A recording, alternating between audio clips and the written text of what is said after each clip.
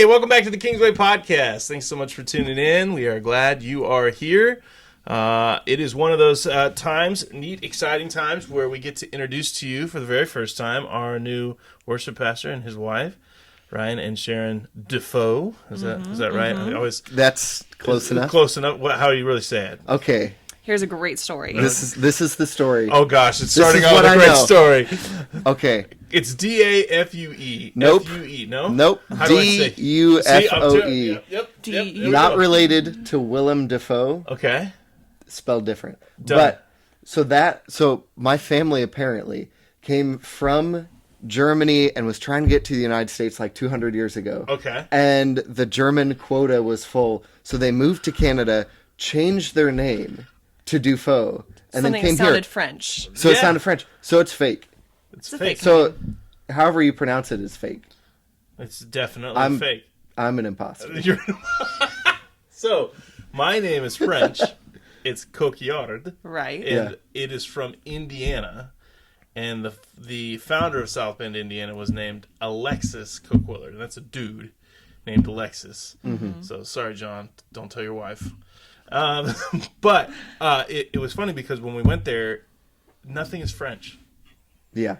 It's South Bend, Indiana. Mm-hmm. The closest thing to, I think, France is probably Notre Dame, which is Catholic. Mm-hmm. And I don't think that really has anything to do with France. No. And I always think it's funny because my name gets jacked up all the time. Yeah. So whenever I jack someone else's name up, I feel really, really bad. Because I'm like, my name is... I was Coquillard for a long time growing up. I was like, thank you, 7th grade English teacher, for pointing out that my name looks like that and telling all the other students that that's what my name is. I'll never recover.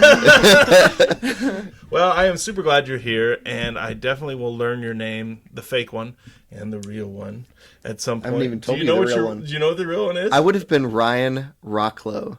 How sick would that have been? Dude, that's almost like a Rockefeller. That sounds like Rocky's son. Dude. Nobody would mess with me. I was going to say. All right, Balboa.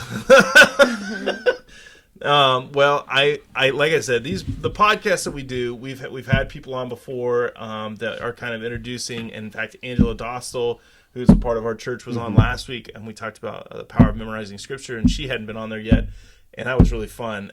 I'm pounding on the table again, and I know John's going to get mad about it. So I'm so sorry, John. This is how I talk. Give me like a pillow right there for you to tap. Just put your hand out, Ryan. I'm just going to tap it. But having people on and talking about, who they are, and it's kind of a neat way that through the internet and the power of technology, people don't necessarily have to come up and do like kind of the standard like get to know you questions. They can kind of get to know you quicker because I know both of you are very relational and you're excited to build relationships and meet people at Kingsway and to start that. And so I'm very excited that you were willing to come on and talk. And I know Ryan and I are going to be doing all kinds of theological discussions. Yeah. I promised Sharon that she could be as involved or uninvolved in those as she wanted, and that we were only going to get to really deep, difficult ones like 4 times. Yeah. And this is and by that, let's start with our favorite Disney movie of all time. Yeah, deep. Oh man, Favorite Are Disney we including movie? Pixar in this? You know what? Let's go with the merger. Those that are classically trained will not do the merger things, but I think Pixar has upped the ante, and so it's hard not to include, especially with Disney Plus. So I would say this: you are free to make the choice between those two, because Pixar and Disney technically are the same. I have mine, but I don't know if I want to show you first. Mine's Aladdin. All right, there you go. Okay. Mine's okay. Aladdin. That's a good It's one. the original. I think the new one is Heresy, but that's just me. The live action is just not my favorite. I don't like it at all. I love Will Smith. But, it's good, but it's not when you knew that the other one existed. I feel like they're money grabs, and that Disney just was like, "Hey, watch these 30-year-olds buy this for their kids," and he was right. I mean, they were right. It worked. But I was You did it. I was mad about it. Yeah. So, do you have a favorite? Did you watch Disney movies grow up? Is this like Yes. watch like one? Okay. Man, Yeah. I loved The Lion King. Yeah. So I'm a '90s kid here. Penguins on the boat. It's like I'm there. Yeah. It's so good. It's so good. It's so good. I loved it. I cry every time Simba is like, anybody, somebody, and I'm like, somebody help me. Yeah. It's so good. I love It's it. amazing. Yeah. My kids watched that the other day, and when those wildebeest come down and crush, the dad, they're just like, well, why did he have to die? And I was like, I don't know. I love it. That is a good one. That's a good one. choice. How about you? Yeah. Did she take yours? No. Okay. So if we're counting things that Disney owns, Okay. I would say Empire Strikes Back. Oh my gosh. But, You had to okay, go pure okay. Star Wars. All right, let's go animated. Okay, let's come back. Disney movie. Like classic So Disney classic movies. animated- Empire Strike Back is the best Star Wars movie. Yeah, Like, we can all 100%. agree on that. Okay, cool. Yeah. Keep going. Not Phantom Menace. Yes. No. Um, oh gosh. never. Darth Maul was awesome for the 2 minutes. Yeah. 2 minutes of that movie is great. Okay, favorite actual Disney movie is the Robin Hood one with the fox. I don't know what the real name of that is, It's but just it's from like Adventures the of Robin Hood or 60s. something. Yeah. That's the one that starts out with Robin Hood, a little John running to to the forest. Yeah, okay. Yeah. Yeah. What a day. That's Yes. the best. Okay. Yeah, that is a really Disney Plus has allowed us to Yeah. show these to our kids. Yes. But they don't watch them 90% of the time. We start them, and then they're like, and then I'm the one sitting there on the couch, and that was definitely the movie. One of the last like classics that I played, and I was like halfway through it, and I was like, I forgot It's how so good. insane this plot Yeah. is. We're like stealing So all good. the like coins across Yes. the rope. and, Yeah. Ooda lolly. Well, It's so good. It is a Yeah. very good one. Well, Yeah. and we watched Fox and the Hound. That was the Yeah. other one. I also loved that Oh one. gosh, that one is a heartbreaker.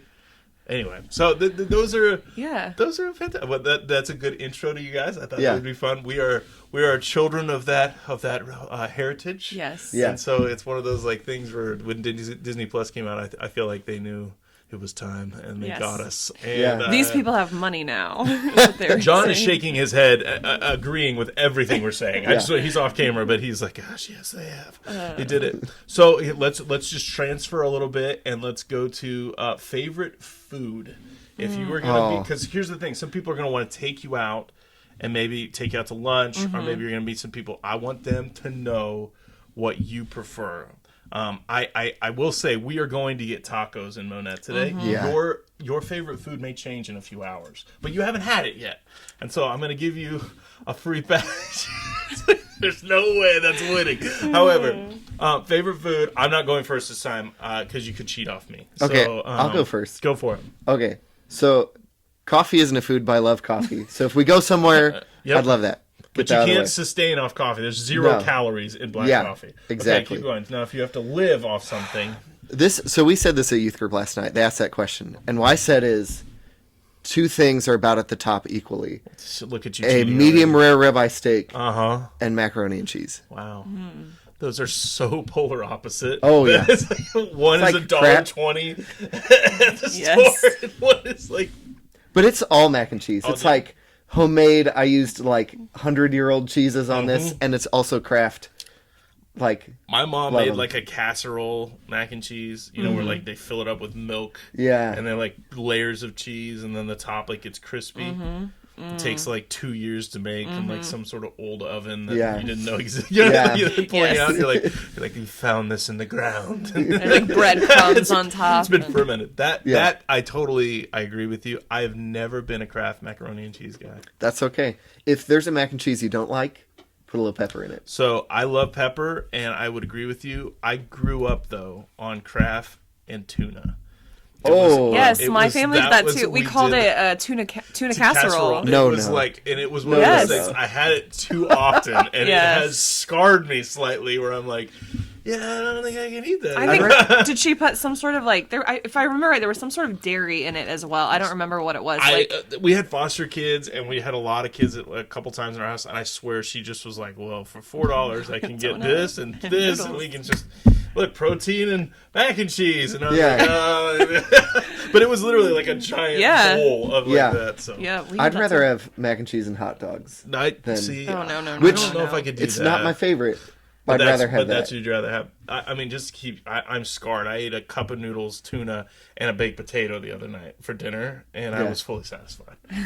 Because if you put enough sour cream and cheese on a baked potato, Yeah. it's almost delicious. Yeah. And a cup of noodles is $1, and it's really easy to make. And they're flavored. And- And they don't have tuna in them. Tunaless. And tuna is like, I think my dad just gave that to me. Now, Are you agreeing with him that is a decent choice, but I don't think that would be your favorite thing? I would replace the mac and cheese with like really good mashed potatoes. Okay. And But then you maybe like like a ribeye? asparagus. But I love ribeye, medium rare. Duh. But my favorite food, I'm originally from Texas, and so like really good Mexican food is where it's at for me. Tex-Mex though. All kinds. Are you like if you could pick a Mexican restaurant to go to, do you have one like still? Is it maybe not even in this area, but like what would you call your favorite? Yeah, that's pretty tough. I know.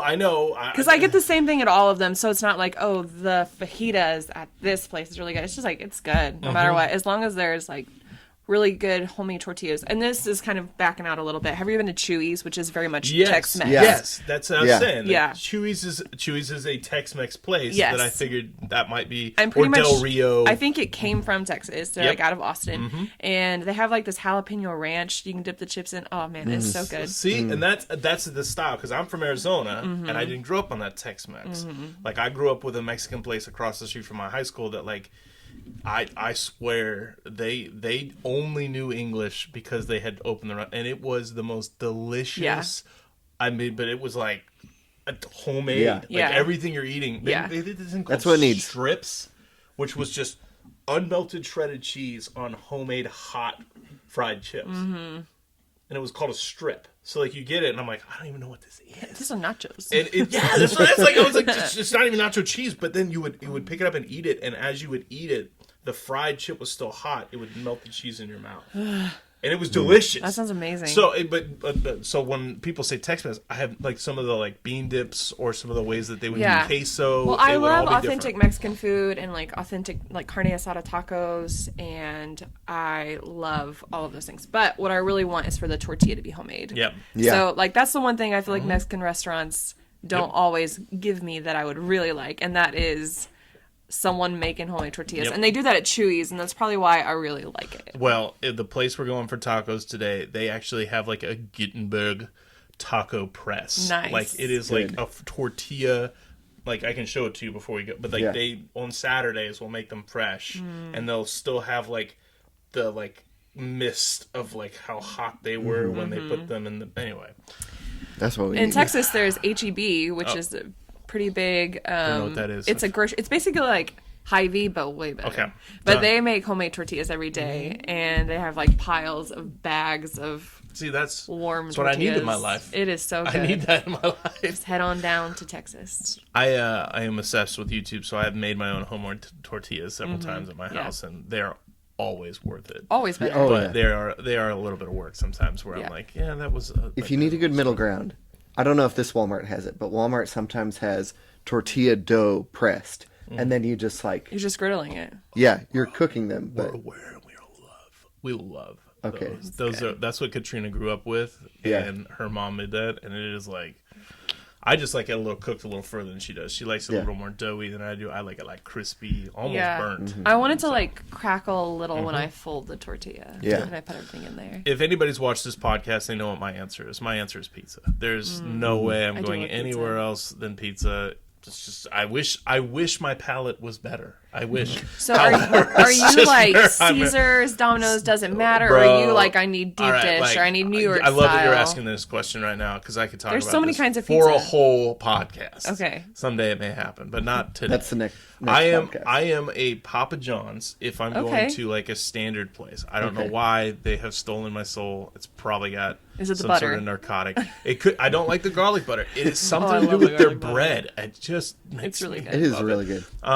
But when it comes to like repeatable buys that is close by, it's Little Caesars deep dish. They're the Detroit style that has this crispy edge. Yeah, I don't know if there's better bites of food. Like when you get that like cheesy, buttery, crispy bread with a little bit of sauce and tang. But then there's actually a pizza place in Aurora called Your Pizza Place that has a cauliflower crust pizza that is phenomenal. Interesting. And I feel like I've branched out a lot. My favorite place in Springfield's Big Slice. I mean, there's just pizza. I love pizza. Casey's is amazing if you like to drink cheese. Like drinking cheese Yes. is what Casey's allows you to do. It's like it's a bread canoe Yeah. for cheese. Have you ever had their taco pizza? See, I'm not a fan of it, but I know a lot of people are that and their breakfast pizza. That minus the Breakfast lettuce pizza. Yeah. is an incredible taco pizza. See, I Come and Go also has really good breakfast pizza. see. I I've haven't heard tried it. that too, It's very cheesy. I haven't done it. Again, bread canoes for cheese, not Yeah. a bad plan. I'm not- The question about breakfast pizza is, what is the sauce? Is it cheese sauce or is it white gravy? Yep. I White don't gravy's know. my fave, but Casey's, I think, does cheese sauce. Yeah, they do. And it's still really But if you good. want to get a really fancy piece, there's Papa's in Yes, Springfield that has just Yeah. phenomenal, like a margarita, and then they have a pesto pizza that Katrina and I really like too. So, Getting all right, hungry. you guys killed it exactly. All right, well, now we've gotten All right, ourselves wrap hungry. this We're up. ready. We'll wrap it up. No. So let's go. Let's go just a little bit about your history, because I think it's kind of neat to know, because I know a little bit, and I don't want to steal your thunder by any means, but I know that you've kind of grown up, Ryan, on I-44. One of Yeah. our first conversations, you're like, I'm an I-44 kid, and I'm like, what do you mean? I've just lived all along I-44, and I Yeah. was like, and then you basically said your family's from in Texas. Knoll, but you're originally from Yeah. Texas, and so I was like, awesome, Southwest, of the United Yeah. States, or I guess the South side would be, but it feels like Texas is Southwest for whatever reason. 'Cause it's even though not like, Southeast. It's like dead It's its middle. own thing. It absolutely is. That's why It's its that's own why it ran thing, out of people. power. And oh, sorry, that was a dig and a half, but I love it. What part of Texas did you grow up? Let's start there. Okay, so I was born in Waco, Texas, Hey. and my So dad are you a was... Gaines? Are you a secret? Okay, no, the thing I say is that, like, I loved Waco before it was cool. Okay, before it was cool. I before it love was it. cool. I Like, love I've it. always loved Waco. Shiplap. Yeah. And, Yeah. hashtag. Yeah, so I was born in Waco, and actually I have only lived in Waco a couple of years of my life, but my family moved back and forth from Texas to Missouri. But every time we drive into Waco, I'm like, I'm You guys home. sing like the Texas songs? Oh, man. Let me tell you. Deep in Tell 'em the about the bridge. heart of Okay, so when you're Texas. driving through Oklahoma and you go from Oklahoma into Texas and you cross the bridge over the Red River, Yep. my dad, for all of my life, I am 30, almost 31 years old, every time we ever went to Texas and crossed over, rolling down the windows, honk, honk, honk, Longhorns, Texas, like, it was always just like Screaming out the ridiculous. windows. It And scared it me. feels like, it feels wrong for me not to at least roll down the windows when I drive over it. And I always do with Ryan, I'm like, honk, honk. Do you do it a Well- little more like? Yeah. Well, like that moment deserves that response. You're driving through an 8-hour cheese crater, Yep. and finally, like the Spirit of the Lord descends upon you as you cross the spits you state out. line. Yes, and the roads are clear, they're better, they're cleaner, Oh, the Oklahoma's sun is horrible. shining. So The sun shines brighter. Unbeknownst to you, Upon we've gone Texas. down there for conferences, probably 8 of the last 10 years. And Kevin Bryant grew up in Texas as well, and nice. he did the same thing. He would have his podcast Oh, ready, yes. and we would be there, and he would always just catch us off guard, where he would just be like, I have done that. the heart of Texas. The question is Like, not if you're gonna do it. The question is if you're gonna play Deep in the Heart or Yellow Rose of Texas. You know. Yeah. Well, I don't know the choices. I was just along for the ride, but it became one of those things where you're like, "Oh, you must be in Texas now." Like, Yes. Yeah. So, John, when you started that story, he was just looking at me like, Yeah. Does everybody do that? Like, Yes. that is phenomenal. So you only lived there a couple years, but did you live there like when you were just little, or is it like back and forth? Yeah, as so a born teenager? in Waco, my dad came to Missouri to go to Bible college at a small Bible college in Neosho, Missouri. Yeah. And then moved back to Texas and served at a church in Plano, Texas. So he's a And- pastor. Yes, my dad Yeah. was a pastor for pretty Awesome. much all my life Wow. until he. So you're a PK. I am. Let's go. He stopped pastoring in 2010 and is now a counselor. Awesome. And so just kind of transitioned to a different kind of ministry. Yeah. But Oh, yeah, it was back 100%. and forth. It was like Missouri and Texas, Kearns, Texas, Neosho, Missouri, Plano, Texas, Neosho, Missouri, and Yep. until they finally settled in Knoll in '97. And so that's kind of So they've been there for a while. yeah, Yeah. they've been there since then. And they built a house there, and so even when they resigned from the church there in Knoll in 2010. They had already established roots. They had established a community. My sister was, That's awesome. she's married. She lives there with her kids. So they would probably call, Texas, like their roots, but it's very much home for them as missional. That's funny you say that because Katrina and I were talking the other day. We've lived in Missouri longer than anywhere else, but we would never call it like. Yeah. But it's definitely like. This is a great place. It is. It's awesome. It's just our roots are probably back in Arizona. Yeah. But we've grown really strong here, and we love it. Yeah. It's awesome. I love hearing that, you kind of have this kind of moving around a little bit story, because that's more of my story, and I can just tell you from living here for a little while, a lot of people haven't had that experience, and that I think is a very fruitful and helpful. Yep. My family moved 10 times before I was 7. Yeah. I don't know if I want to do that, but that's crazy. It's a lot. Yeah. It's because I moved at 2, 7, and 16, and then at 19. So basically 5 to 7 years we moved and uprooted and changed. And that was a little harder, but 16 was not fun. That was the one that it was like, I think Jesus has forsaken me. But I ended up finding my wife, so I guess it was all right. Everything was fine. But it's funny that you talk about your dad, though, leaving ministry and going into counseling. I was mentioning that book in Eugene Peterson, and that was The Pastor. And that was one of the things he said. He recognized that there was deep impact on both sides, but that you needed to commit to one or the other. And he felt the call more to stay pastoral, but he recognized the impact that counselors had in spiritual growth and in continued health in certain areas. Yeah. So it's neat that kind of transition happened. I think you're right when you call it a ministry. So for sure. That's really, really cool. So how about you, I-44 baby?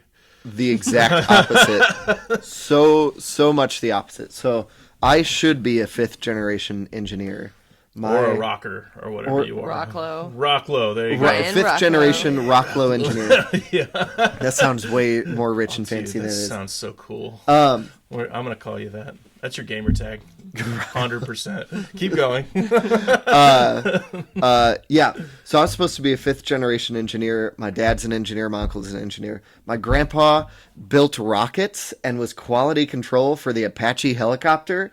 And then I told him, hey, I want to play guitar for a living. And he didn't think a lot of great stuff about that. Dude, I bet he did. Did he shoot you with an Apache helicopter and put you on a rocket? I think it was a little bit shot because it's like we're all engineers. Anyway, but so I grew up in the house that my dad grew up in. Okay. So the opposite of, like, he didn't move a ton after 12. Did they measure how tall you were next to how tall your dad was at the same age, like on the wall? Like, they should have, but there were no. That would have been amazing. There were no lines for that, but they should have. Yeah. So I grew up in the same house in St. Louis that for my whole life, and Ozark. None of my parents were ministers. My aunt was a missionary in Mexico City. Oh, that's cool. That's a super interesting story, but for another time. I've been to Mexico City. It's crazy. So crowded. Oh, dude, it's the largest city I've ever, like, when I'm flying in, I was like, I can't see the end of it. Yeah. It's nuts.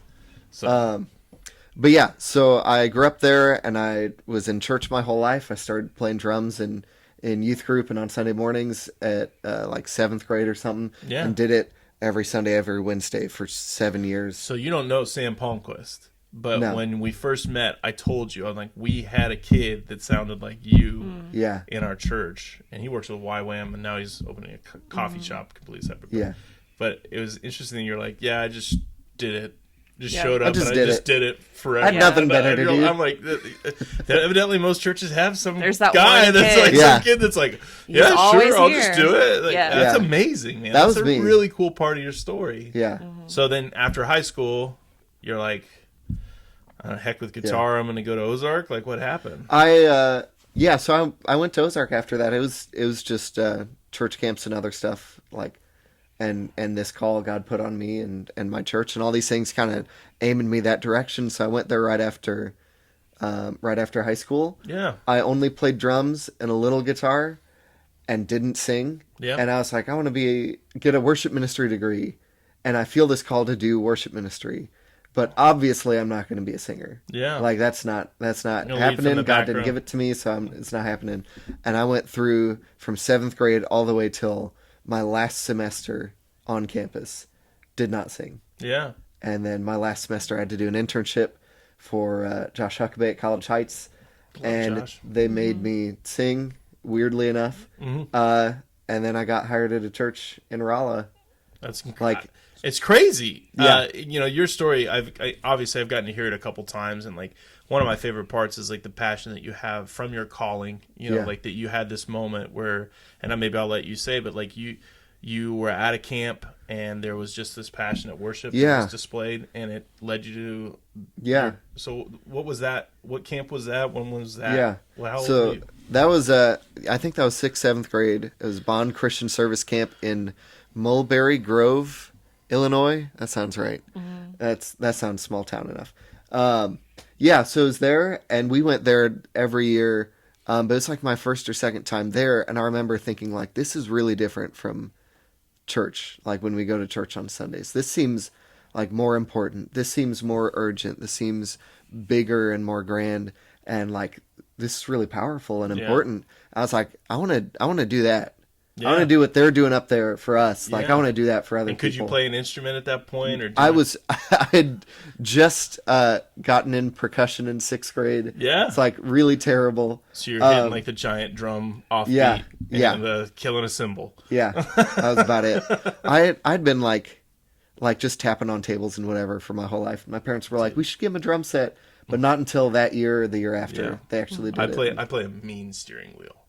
Yeah. That's what I play. Oh, yeah. Just a mean steering That's wheel. where drummers are born. You can totally play the drums now. Let me tell you. Easy peasy. Yeah. I mean, the music's really loud. I'm probably on beat, though.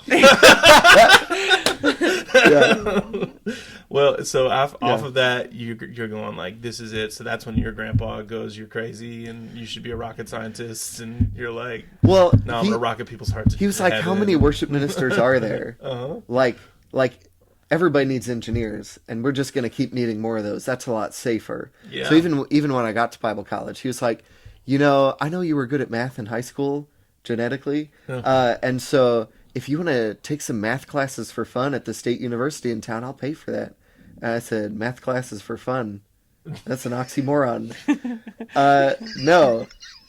But thank you. But he's always been really generous with that, and I think as soon as and my parents were a little more supportive than that. I think he was supportive too, but just like, I want you to be okay. It sounds like you had your best interest in mind. Yeah, I mean, it's not like he was trying to like hijack something. They're so proud, they're so proud now. Yeah. And I know, like you said, you got out of college, you got this incredible job in Rolla. Let's be real, it was an incredible opportunity. You gained incredible experience. You worked your butt off, for sure, and you did a great job. I mean, truthfully, I think you left well, and we are so excited to have you.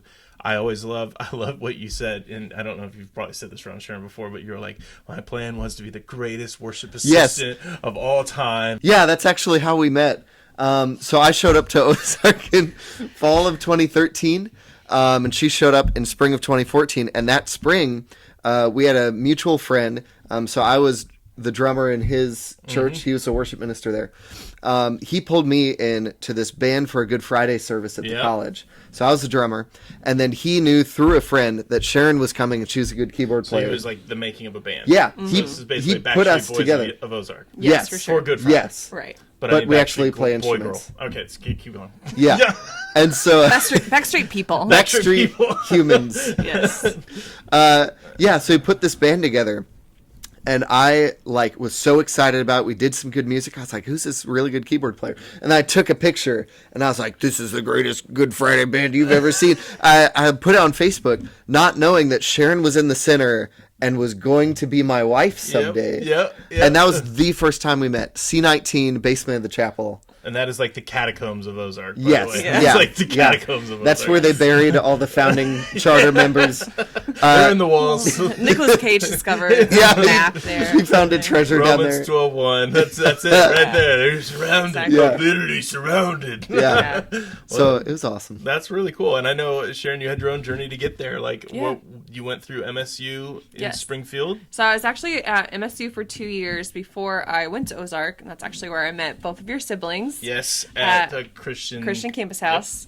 Yep. So I was coming to Missouri State in spring of 2012, and I had a friend who was already connected, and one of the guys on the team that was playing keyboard every week at the weekly Bible study that they did called 801 on Tuesday nights was graduating that December, and so he was like, Sharon, I think that you should, come to Campus House, and I think you could play keyboard, and for the worship band every week. And so he got me connected super quick. Which I'm just like vaguely remembering. I spoke there, I think, a couple Yeah. times, and you played. Yes, and I for sure. Totally didn't. That would have been like this 9 is like years the moment ago. where I'm like, that's right. Yeah. That's So I crazy. met Tyler through Yep. Campus House, and Yep. then Tracy, who moved to Springfield that February as well. I mean, I met her the day she moved there, and we became fast friends. And so I went on mission trips with Campus House. That was the first time I really stepped out and was in a ministry by myself. Yeah, because without your dad's church, right. you're connected to family. Right. And even though, I had been in ministry in some way or like serving in some way for most of my life, that was the first time that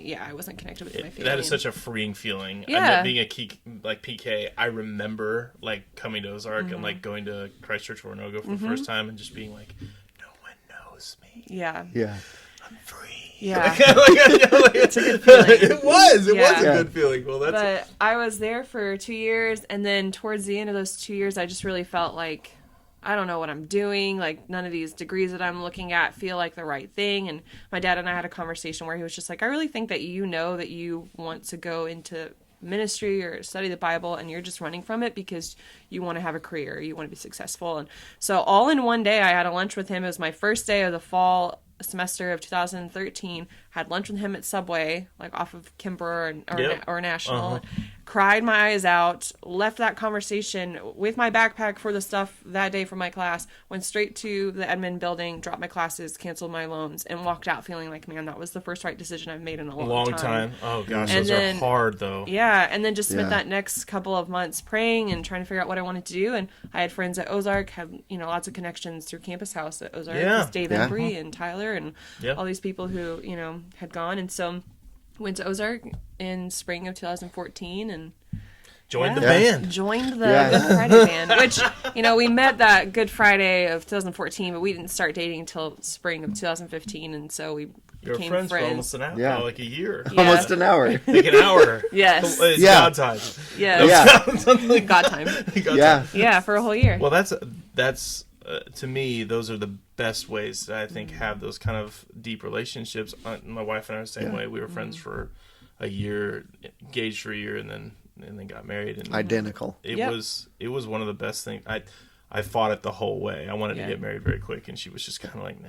We were engaged for 7 months. Yeah. Yeah, Not yeah. engaged, but we Yeah. friends for a year, Dating for dated a year. for a year, got engaged on our 1 year anniversary, and then got married 7 months later. That's how Yeah. we were. It was, I mean, it's similar. It was definitely like when we got married, we'd been together a long time, and Yeah. it felt like time. You're like, Yeah. it's Yeah. time.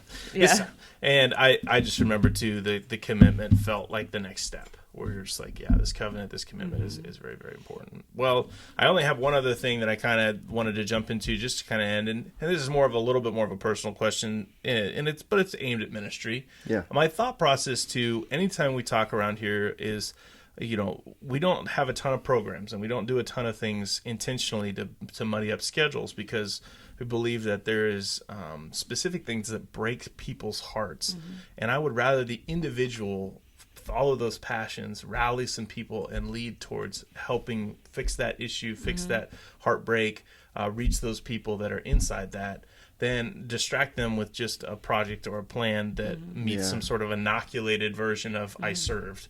And that was really what led me into ministry. Was I found that the easiest way to minister to an adult, especially when I was younger, was through the heart of their child. And so children's ministry was something that I saw the bridge to long-term legacy faith through a child was there. And so I was like, man, ministering to kids really is a powerful tool. And so I started in children's ministry. That's why I went to Ozark. And that's what broke my heart. And it's still there. Like, I love ministering to families and to young kids. And being a dad now, I see the power that the parents have. It's really, really, really, really cool. And so I hate when parents struggle, and I hate when kids struggle, because I feel like there's such potential for things to be different. So, when I preach, when I teach, that's what's going on. So let me extend that question then to you. Like, Andy Stanley is the one that I'm stealing this from. It's one of their passions at North Point, and when I read one of his first books, that was one of the first things that stuck out with me. And then when I read Deep and Wide, it even hit harder. But what breaks your guys' heart? Like, what was the thing that maybe when your dad had that conversation at Subway, or when you were at sixth, seventh grade, like, what were the things that, and has it changed, morphed? Because mine has, matured, I would call it, not changed. But what breaks your heart? What's this call into ministry that kind of fuels your fire? Yeah. Well, I can go first. Yeah. Like, just growing up in ministry and, like, in that, family with my dad always at the church. We were at church every opportunity, and we were the kind of church that had Sunday morning, Sunday night, Wednesday night, Tuesday morning. And so I always felt like I'm going to be involved in the church some way. I love the church. The church that I was at in Knowles was very small. And so those people were family to us. So I didn't have a very big family, and most of them were in Texas when we were in Missouri. And so church ministry has always been something that I've been really passionate about. And then getting into music and worship ministry has always been something that I've loved being a part of. I, like you were saying, being at camp and having these experiences and being like, man, I want to be a part of that. I want to be a vessel that helps people, come to the throne room of God. And so that's always been something that's been really a big passion of mine. But more recently, in the past, kind of since Ozark, I've loved getting involved in graphic design. Yeah. And that's something I do freelance, and I've done also other jobs that I've had. And but I've always wanted to do that for the church, because I think that people learn differently. This, like in children's ministry, everyone has a different way of learning, and I think visuals are really important. Oh, incredibly important for conveying the gospel. And it's the difference, I think, sometimes when people walk away from a sermon remembering things about what was said because of a visual that was with it or a graphic that was made. And Isaac Shade and Matt Stafford at Ozark, who, it's a couple of people that we love and respect, always talk about how the church way back when used to be a big epicenter of art. You look at these old churches and these beautiful, like, stained glass windows and icons, and how that's changed, and how culture now is, such an epicenter for art, and how the church has kind of fallen behind. And I think we see that sometimes when we walk into churches, and there's not a lot of effort sometimes put forth for creating good visuals. And I think sometimes it falls on a lower tier of things that are important. And I get that, like, obviously ministry people for sure are important. But I think that having a good visual, a good video, a good graphic, a good logo, all of those things help people remember why they're here, remembering what they're hearing. And so that's one of my passions, is just creating visuals that help people hear and see the gospel more clearly. I see Jesus more clearly. I love your heart in that. Erwin McManus is a huge proponent of some of this stuff that you're mentioning, and a lot of he just calls it like this creative, like, part of us is like when God invited us into the creation process and like invited us. What an honor. Like, right. Yeah. And he's like, and now all we do is kind of ignore this power that we've been given to create. And I always love when, especially those that have that. And my sister is one of those that has this creative bug that's just in them. And they just love to see things that are in their mind to become reality. Looking at the graphics and some of the stuff you're working on, you're very talented, and we're excited to be able to have you as a resource potentially in the near future to design and help us kind of continue. We have seen the value of course, making sure our graphics and our logo and some of that stuff is high quality, but it really does take a person with the eye and with the drive, and knowing that you're going to be here, I know that you will help us take some steps in that, and that excites me because that's your passion. And I know there are people in the church that are going to see it and they're going to go, oh, finally. And they're going to be going, yes. And everything from stage design to how our logo and everything connects. I just think it very, very similar to if I'm getting dressed up to go out. Like, I can have all the right attitude, the right mindset, the right confidence, but man, the outfit and how I look, it also presents that I honor the people that I'm with, that I value. It conveys importance. Yes. And so it's not everything, but man, it has an effect when it's one of the abilities there. I think people walk in and they're like, oh, they care about this. Yes. This is important. Yeah. And the clearness of the communication. Yes. If we can, from the curb to the Sunday morning stage to each environment that they would enter, it has the same. That's why the values that are up on the walls that you got a chance to see, those have been a long time coming, that we try very intentionally to say, if they're reading anything, it's an intentional thing that ties to our church. So I thank you for being here, and I'm excited to see your heart break and then move towards some of those things. So That's awesome. Yeah. What about you, Ryan? Anything break your heart? Nope. Fox and Cold-hearted. Hound, man. Fox and Hound. Other than Robin Hood. Stone. No. Yeah. So what breaks my heart in ministry, what gets me passionate in ministry, all ties back to that junior high camp worship encounter, because worship seemed to really matter at that spot, at that moment, in that room. And so one of my passions is leading worship, but leading worship that matters. Yeah. Leading worship that feels different than your everyday life. Leading worship that makes you walk out of there a little bit different. Mm-hmm.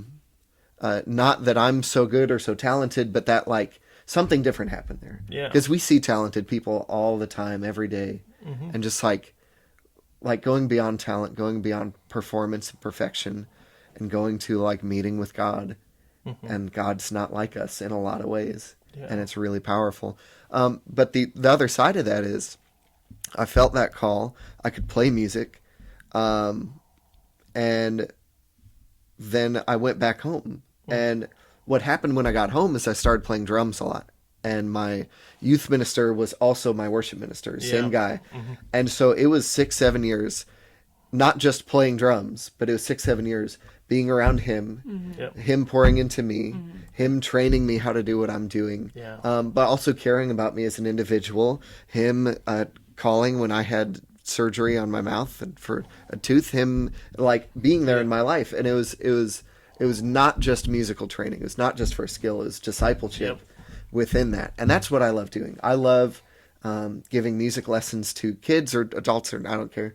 But like merging those two things to where being on a worship team with me could include me training you on how to do something better than you're doing it. It could also include, and will always include, me praying for you, me caring about you. Because that's what happened for me, and that's like, that's what breaks my heart. Absolutely. That's why I am the way I am today. Yeah. When we first started talking, and we had our first interview, I think was Katrina and I sat down with you two on FaceTime or Zoom, and it was like 2.5, 3 hours. Yeah. And my kids kept coming in. They're like, "Are you getting it yet?" I'm like, "Oh my gosh, I know." But that was, I think, one of the first things that started to click, and then it continued to click. Was the church, the leadership, we didn't want someone to just come and lead songs. We wanted someone that was passionate about mentoring, passionate about pastoring people, and then walking with them, and passionate about people growing in their faith. And as weird as this sounds, there's just a part of like the creative person that can just be about the music and just be about creating that worship set. And I'm not saying that there's not a place and a time for that, but what we needed here was someone that's going to partner with John in the youth, someone that's going to partner with me in collaborating our sets and our worship, and then with our sermon series and with our environments. And already I can just tell you, we are seeing the fruits, and I'm very, very, very excited for our future. John Coward and me and you sat down yesterday, and it was one of those meetings, like, it was exhausting, and then by the end of it I was like, oh my gosh, it was amazing. But I literally thought, I'm like, I haven't had this in a long time. And that's not a knock on anybody that's been here or whatever, but it's one of those things that I've been praying for, I've been asking God to bring. And I think God knows best, man. He knew what broke your heart. He knew what we needed. And it's for his kingdom and his glory, right? That I think things are going to change. Your wife is incredibly talented, and I think will be an incredible support system and also a leader in some of the things when she chooses to step in when things that break her heart. And I think you two as a couple are going to be inspiring to other young couples that are in the same ballpark. I am stoked.